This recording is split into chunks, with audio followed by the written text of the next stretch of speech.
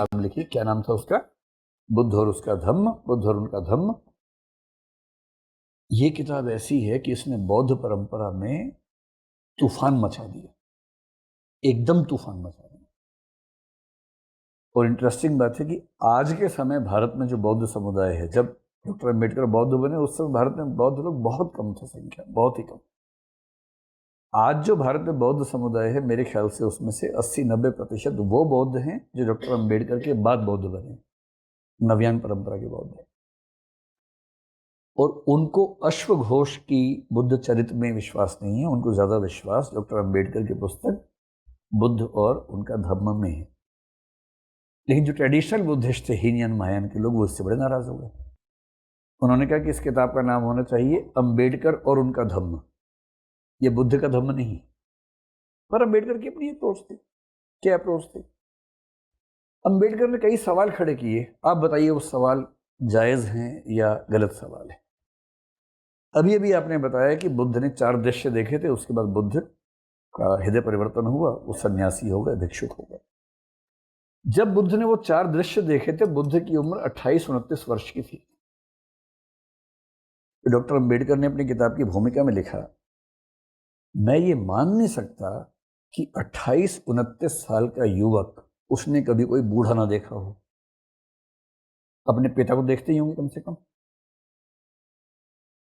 ये कैसे संभव है कि 28-29 साल के व्यक्ति ने किसी बूढ़े को देखा ही नहीं, किसी बीमार को नहीं देखा?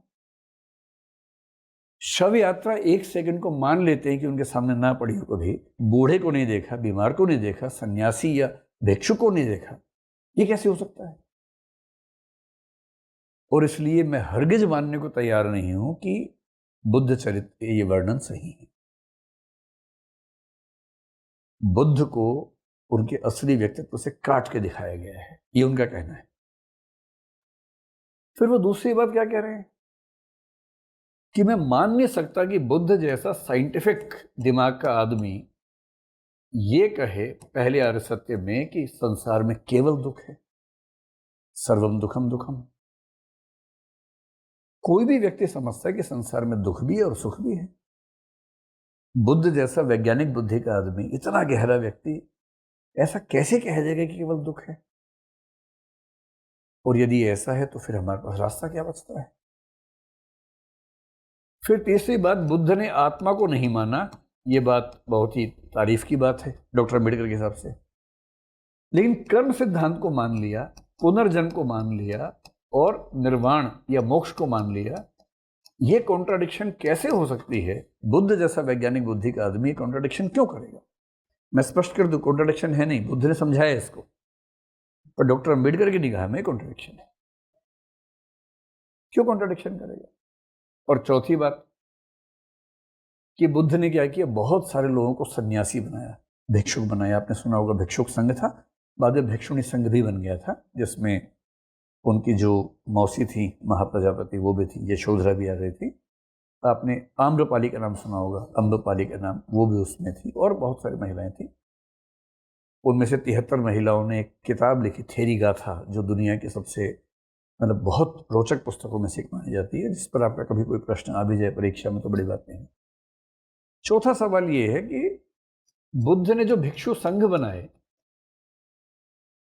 उनकी सामाजिक उपयोगिता क्या थी?